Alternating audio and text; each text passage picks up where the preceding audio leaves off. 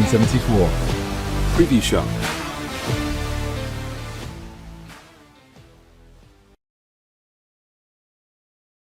Time for the 1874 podcast even. It's time for a preview show as Aston Villa take on Tottenham in a huge game on Sunday. And obviously the way I've done that intro has made out how important it is as I tripped over everything I was supposed to say. Obviously nervous ahead of the huge game.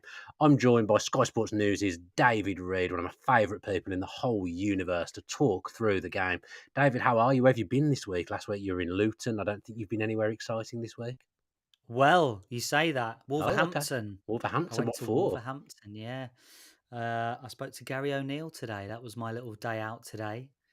And I'm back down south on the same day. In the Midlands, didn't tell me he was there yet again. I've been trying to get Just, Dave Reed for a night out in the Midlands for a long time, and I just can't get it to happen. It was just a quick return trip, that's all. Okay. Just a real quick in and out jobby. It's been noted that when Tom White asks him to do something, he always seems to magically be around. I've noticed on social media, so I'm getting a little bit paranoid about Dave Reed not wanting to hang about with me unless it's the transfer window and we are working together. Right, Dave. There's no denying how huge this game is. I did a Spurs preview earlier. I jumped on a Spurs show and got absolutely. How did that go for you? Oh, ripped to pieces in the comments. You can't see it at the moment, but I hung a Harry Kane Bayern Munich shirt next to my Tyrone Mings shirt there, and I thought they like Harry Kane. I thought that's closest to a Spurs shirt I've got. I'll make it topical, and I'll put the Harry Kane shirt. No, that was a mistake. I got absolutely no one cares what I actually said, and that I was really nice about Spurs throughout the show. They just care that I put that Harry Kane shirt up and that I was on the wind up, apparently. So it didn't go well, but I enjoyed jumping on and previewing the show anyway. So previewing the game, sorry. So I feel warmed up, even though I am tripping over everything I'm supposed to be saying. Is this the biggest game of the season? We played Manchester United at Villa Park a few weeks ago, and that felt really, really big. When we played Man City at home, that felt huge, and it was a brilliant game. Now we're at this point of the season, getting towards the business end. This is huge, isn't it? This is the biggest game. Yeah, I'd say so. As you say, we've discussed a few times when we've come up against big opposition, Man City, Arsenal, the two games really against Manchester United as being really key games, and this one is right up there, probably the most important game of the season so far, because if you win and get 3 points, it puts a little bit of distance between us and Tottenham, and it kind of gives them a bit of a blow really, and gives them a bit of a setback in terms of a chase for top four. So it's absolutely it is big, and I think if Villa win, you're looking up rather than down after the result on Sunday if you get 3 points. Yeah, obviously they've got that game in hand, but that game in hand is also against Chelsea, which is a game that they never ever do well at away at Chelsea. I don't think they've won there for a long time. I mean, Chelsea are not the Chelsea of old. It's clear to see, but they did go to Tottenham and wipe the floor with them in the end the last time they met. So that's an important thing to bear in mind as well. A draw is not necessarily a bad result for Villa, actually, depending on how it happens. But obviously at home, we want to take Spurs on and we want to beat them like we did last season. For me, Dave, these are, no bias here at all. These are two of the most exciting teams to watch this season, I would say. Both have unique styles of football in the way that they build up, the way they use players, both on the ball and off the ball, different systems on the ball and off the ball as well. But really, I think both teams can put a lot of how good they've been this season down to their manager. And I would say that both these teams, both the sets of fans, wouldn't change their managers for anyone, would they? No, absolutely not. I think you're right as well. A lot of football in the Premier League, can be a little bit too controlled.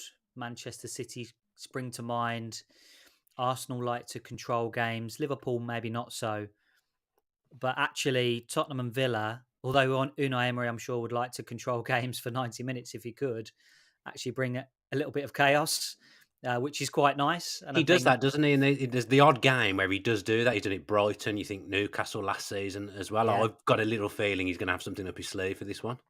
Yeah. There's certain games where, Emery will set Villa up to be high octane and, all over the place and all over the opposition. And it feels like he does pick and choose that, Newcastle home game that you speak about, the Brighton game, you're right, I think was exactly the same.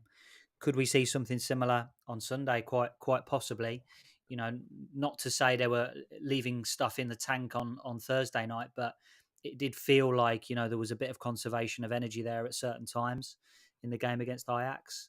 And from a Tottenham point of view, you know, I think a lot of people predicted from the start of the season that Spurs would score a lot of goals and concede a lot of goals, and that is almost how it's transpired. They are quite open at the back, not, and by that I mean vulnerable. I would say to the counter attack at times, just simply because of the number of players that they commit forward, and I think they can be vulnerable when you look at their goals conceded. So it's going to be a great game. I think for the neutral, it's one to tune in for as well. To be honest, I think there'll be goals in it. So let's hope Villa are on the right side of it.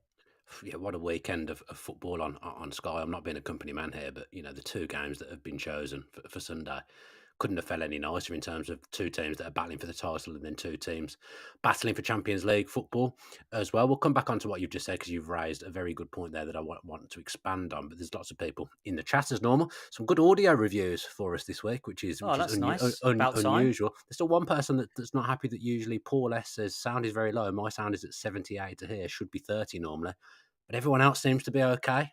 So I'm gonna ignore Paul and just assume that it's okay because everyone else seems to be pleased that the audio is working as it should be. Apologies for whatever has happened in the last few shows.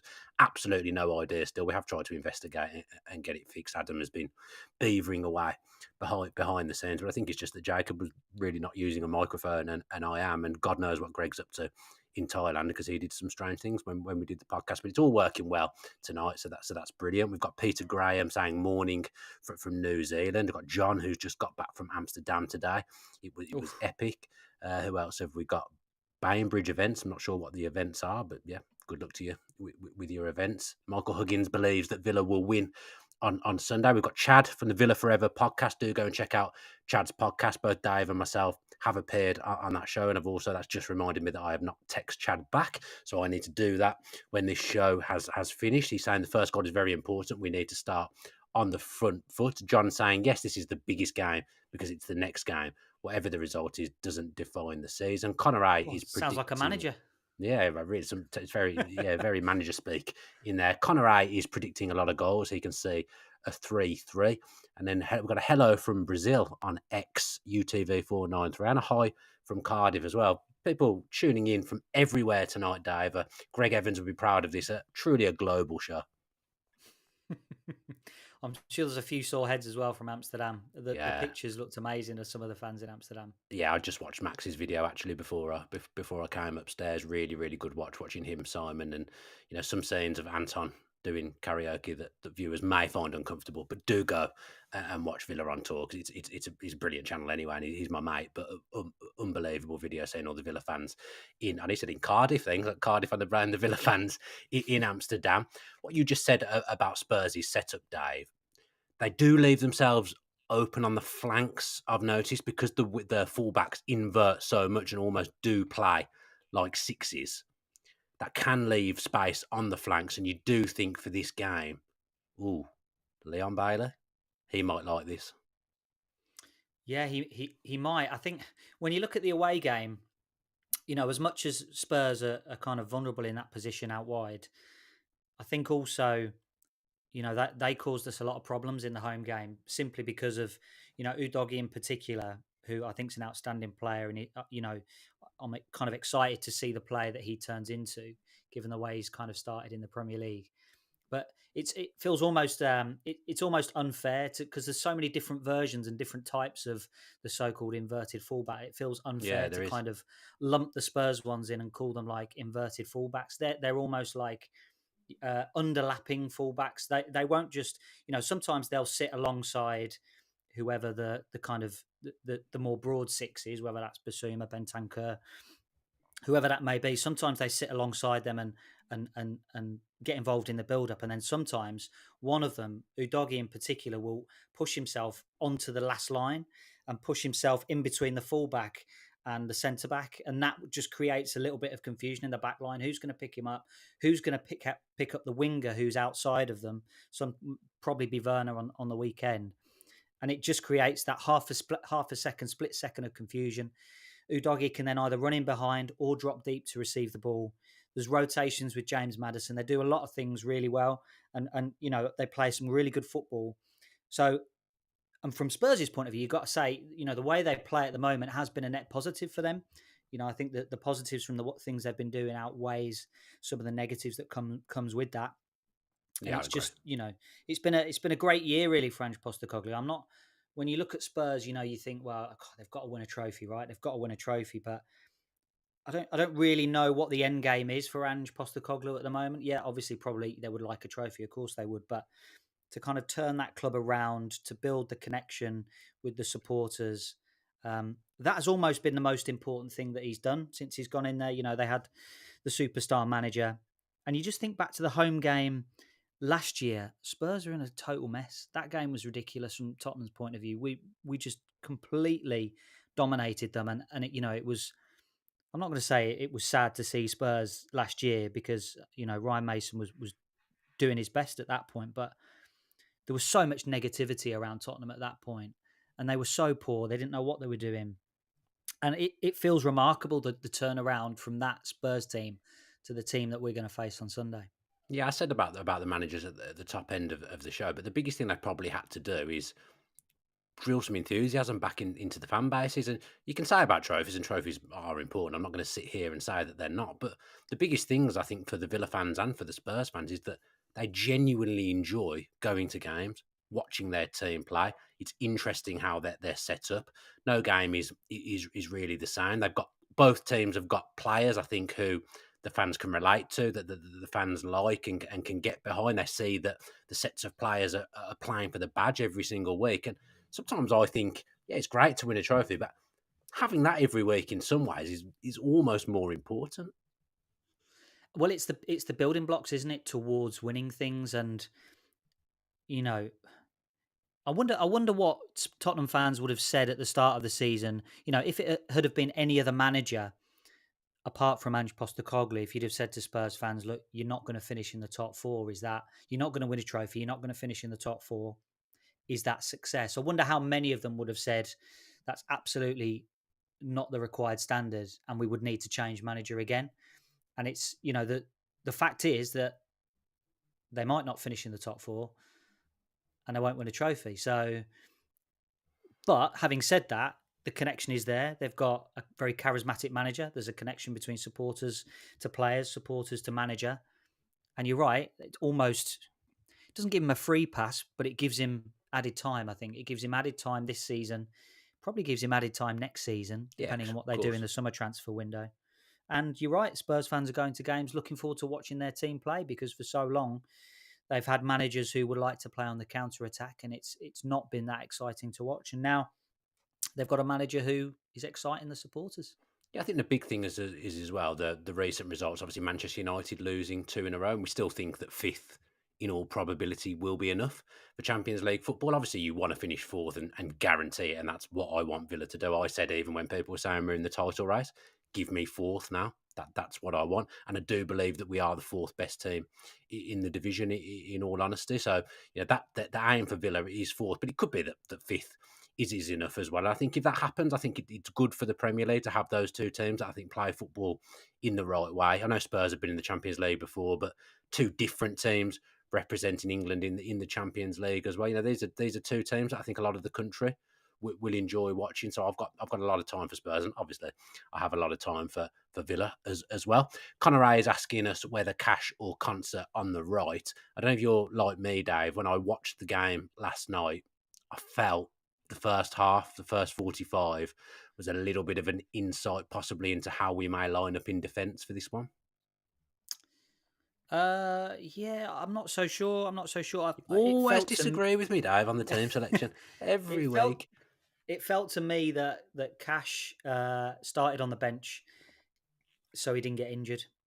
That felt to me that we want to save him for this game on Saturday. It on Sunday. Sorry, it feels to me that the back four will be Cash, Consa, Torres, and Moreno. For me on Mm. Sunday.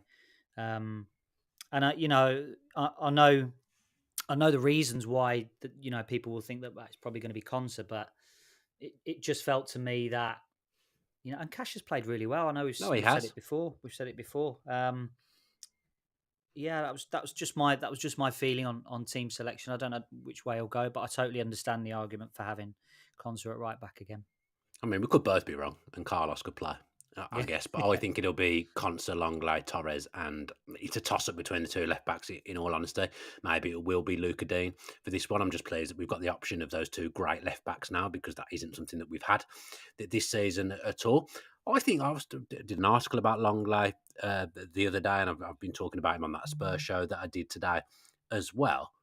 I think he's been really good. I think he suffers from not being Pau Torres, but then anyone who you throw in isn't going to be Pau Torres. But I think generally, Longley has been a really, really good pickup in an emergency as well, because Villa had to act fast getting someone in when Tyrone Mings got injured.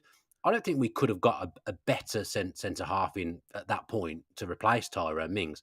And I actually think in recent weeks, he's kind of played himself into the team. I quite like him playing at right centre back and then having someone tuck in so he becomes the middleman and Pau Torres on the outside left with the left back bombing on.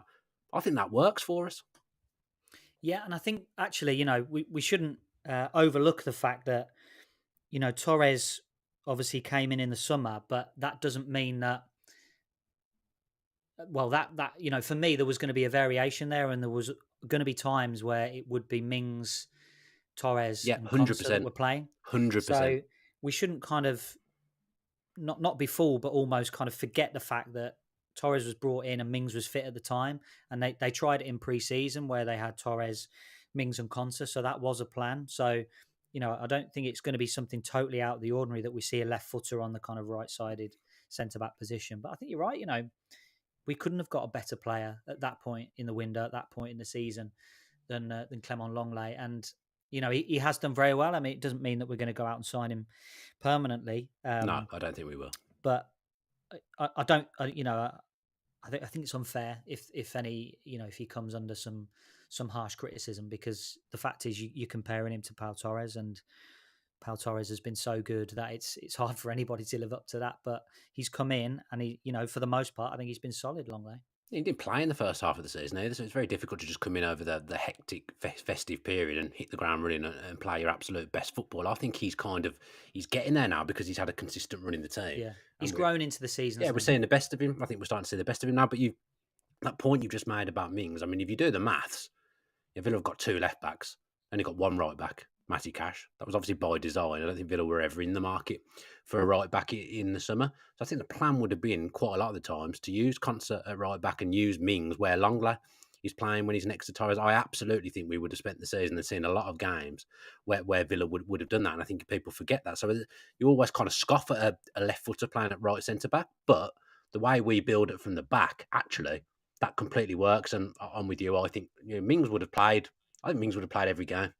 In all fairness, I think you'd have had Conser, Mings, and Pau Torres on the pitch together more often than not had Mings stayed fit. So Longley now he's settled in, and I think he's playing good football. He's got a chance of staying in, which Spurs fans won't believe it because he wasn't very good for them. But then nobody was really good in that back line last season under Antonio Conte. That everyone looked like they were playing at the bottom end of their ability. Now he's playing in a side that he's successful and doing well and wins most weeks. He's starting to look like the player that went to Barcelona, and you can't go to Barcelona really and be a bad player. So I just think that's one to look out for, whether Longley does keep his place as the season goes on. So selection wise, I don't really think we can do much else. I tried to watch Emery's press conference on Villa TV, or whatever it's called nowadays, earlier, and it defeated me because a lot less said about some of that stuff, the better. But Emery didn't really give too much away from the clip that I did say. No, just the fact that Torres is going to be fit, McGinn's fit. Yeah. I don't know whether anyone can update us on Ramsey in the chat, but I think I he don't said that think he's he was going to be okay, or oh, did potentially they? for Sunday. Someone can tell us. I couldn't Well, decide. maybe a doubt, but there's a potential that he's going Yeah. to be available. Maybe a late check tomorrow. They usually do the tweets where they actually put a few tweets where they put in what Emery said, but they decided not to do that for whatever reason this week. And then I couldn't get on the full press conference. So yeah, you've let us know in the chat if Jacob Ramsey is fit. But from what I could see in the comments, it was that he might be back for next week. But I could have read that completely wrong. So you would assume, Dave, that Morgan Rogers will continue down the left hand side. I can't think really of anything else we would do. I feel like McGinn has to play as a I guess Diaby could play, Tillemans play wide, or Tillemans play middle and McGinn move out wide. Stephen Bell saying JJ would be assessed after training tomorrow. So okay, maybe he will play. And I need to take some responsibility for Ramsey, because I tried to get ahead of the curve and put him in my fantasy football team a few weeks ago. And then, of course, he gets injured off the back of that. So I need to take some responsibility for that. I just felt a goal was due and it was coming. It's really disappointing with Ramsey, isn't it? Because every time he gets going, it's felt this season. The season's almost been a write-off for him, because every time he's got going, something else has happened and it's set him back. And I was just talking about Tyrone Mings. Obviously, there's Emi Buendia as well. Think about where we would actually be if some of these players had been around all season, because Ramsey was brilliant at the back end of last season. One of our most important players in finishing seventh, I would say. Scored some really, really important goals. Really had him all season. And just as you felt we were getting him back, we'd lost a few players and then Ramsey was back. That was a plus. Gets injured again. So be a boost if he was around on Sunday, I guess. Otherwise, I guess Morgan Rogers will play again. Yeah, I mean, you're right. We have had Jacob Ramsey, but it's almost, he's been trying to play himself into form and play himself into fitness, and then as soon as he looks like, he looked really close, didn't he, in the last couple of games? Really Yeah, close I felt the to goal was finding a coming. goal, finding that key pass to really, take his level up again. And it's just so happened that he's picked up another injury. If he was to be fit and available, I think that's really important for him, just to keep his momentum going and to keep that ticking over of minutes. I'm not sure whether Rodgers is going to play, to be honest, simply because he's played 2 games, pretty much 2 games in the space of a few days, and there's been travel. And yes, I know he was playing for Middlesbrough, but I'm not sure he's quite ready to almost play 3 games in a week. I know he didn't start against Luton, but he came on and played the majority of the game. So I'm not too sure, particularly with the way Tottenham play, that he's going to do that. My other thought would then be, does Tielemans move into a wide position and Yeah. Diaby comes in from the start? I was itching for Diaby to kind of carry on that momentum again from the Luton game after getting the assist for the winner against Ajax, but it just so happened that not very many of the players against Ajax managed to find their level, so that was unfortunate. So that would be my thought, that maybe Diaby will start, Bailey will come in on the right hand side, and then Tielemans might go over to the left hand side, simply because Rodgers has had a lot of minutes, and also we might have to do a lot of defending against Tottenham. And Rodgers, as good as he has looked, there was a vulnerability there for him against Luton as he kind of works his way into Premier League football. Yeah, I feel that's the only other way we can really go. But then I'd worry about Tillemans on the flanks off the ball against an energetic Tottenham. I like where he's playing at the moment. I think he's playing good football in that position, getting the ball to Ollie Watkins, finding little pockets. I quite like that. But that is really the only other thing I think we can do. There's a couple of people in the comments speculating about a Luca Dean and Moreno double act down the left hand side. Now we know that Emery has done that with left backs throughout his career. He did it at Villarreal with Estupinian and someone else who the name's completely escaped me. So apologies for that. But he did used to do it anyway in La Liga in Spain. I like the thought of it, but it's not something I say that we'll put into practice. Yeah, I like the thought of it. I thought actually that he might do that in the second half of the Luton game when things were going against us. I was in the Villa WhatsApp that I'm in, saying, perhaps you What's this take WhatsApp Rodgers group that off. you're in, Dave? That I'm not a part of. Just a Come on, few, Dave. Villa fans that I'm in WhatsApp group Okay. with. I thought he might do that in the second half against Luton and maybe take Rodgers off a little bit earlier than he did, and then sit Luca Dean in behind and probably push Moreno a little bit further forward. But the fact that he hasn't done it yet makes me think that he won't try it from the start in this No, not in a big game. magnitude of game. That's not to say that it won't be something that might happen in certain situations, but I just can't see it happening for this one. No, we do feel a little bit limited at the moment in terms of what we can do to not refresh the teams. Obviously, we've got a good team anyway, but even in terms of changing the game and bringing people on, I mean, it looks like it's a master stroke, isn't it? Last week, change your left back and your left back scores the winner. But I don't think you can rely on that kind of thing every week at the moment. I do feel like Emery's a little bit hamstrung, not just by the volume of injuries that we've got, but even just losing a central midfielder and then Dendoncker obviously going as well. you lose the option really to play McGinn wide, where I really like him in that box position. I don't know whether you saw it, but did you see that behind the lines on? Is it called behind the lines on TNT with Between the Emery lines, I and think it was. between the Yeah. lines? That's what I was looking for.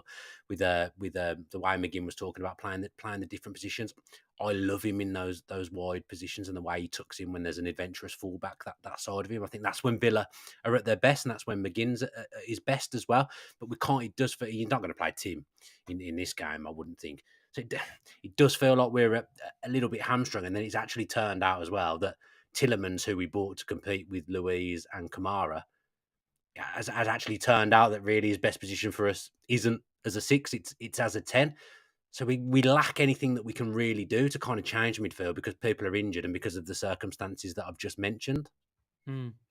Yeah, and I mean, it's simply for me. It simply is because of the injury situation that we've had. A lot of teams have had injuries, um, but there really isn't anyone that Emery it feels like can rely on to come in. It feels like the time's running out really for Zaniolo. I don't think really he's going to be part of Emery's plans. I think No. if he was, he would have had more minutes in the last month or so. So that's obviously disappointing. But really, who else is there that he can turn to at this point to mix things up a little bit? The only way that he can do that is kind of moving players around within that 11. I think at the moment, whether he does end up moving Tielemans out wide, I think there's been a few question marks, and I've questioned it myself around Tielemans' physical output when he first joined, and also back when he was at Leicester. But I looked at some of the numbers for his last couple of games, and he's right up there for distance covered and sprints. Yeah, he You know, does feel a bit he's more energetic, doesn't he? yeah. So I think we can almost put the criticism or perceived criticism of his physicality to one side because the numbers are stacking up that he is able to contribute and also play 90 minutes as well at that intensity. So I think the last time he played on the left was against Newcastle, and that was obviously a poor game, or started on the left anyway. I think and that was a poor game from Villa's point of view. So whether Emery will try that again, or whether it all rests on Jacob Ramsey really. If he's fit, he plays, and then it's kind of as you were from Villa's point of view. Yeah, I mean, I've completely forgotten what I was going to say. This is what happens when we do a late night podcast. I was in the gym early this morning and I've completely forgotten where I was going to go. Oh, I've got it. I was talking about bench options. I think in a game that I think there will be goals in this game, but I don't think anyone's going to be taking a hammering here. I think it will be close. I think that's maybe where Spurs do have a slight advantage in this game in that in the forward positions they're going to have two players not playing who are good options off the bench. Brennan Johnson has been making a hell of an impact off the bench recently. I think it was Kulusevski, Son, and Werner was their front three in the last game. I believe Richarlison's fit as well. So out, with those 5 forward players, they're going to have the options to come on and change the game. I think that's going to be something that Villa are going to have to be wary of as well. Yeah, I don't know about Richarlison. I thought he might have had a longer term one, but I'm not too I saw sure. something I earlier, but haven't heard. it could be wrong. I haven't seen the latest from Ange today, so he could well be fit. But and Richarlison is another one really. The way that Ange Postecoglou has dealt with him, he's had Richarlison has spoken about his mental health this season, about issues that he's had off the pitch, and for the manager to be able to deal with that in the media so well, reintegrate him into the team, give him that confidence.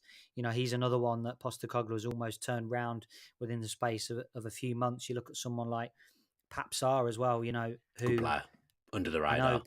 And then last season, who would have, I certainly didn't think that he would play such an important role this season as he has done. And now, he's almost one of the first names on the team sheet for Tottenham. So they have got options. I think it probably will be the same front three as it was last week in Werner, Son, and Kulusevski. And thinking back to the away game now, Kulusevski caused us a whole heap of trouble. The positions that he was taking up Yeah, good in player. the Tottenham home game. So you've got to try and negate his movement and his running.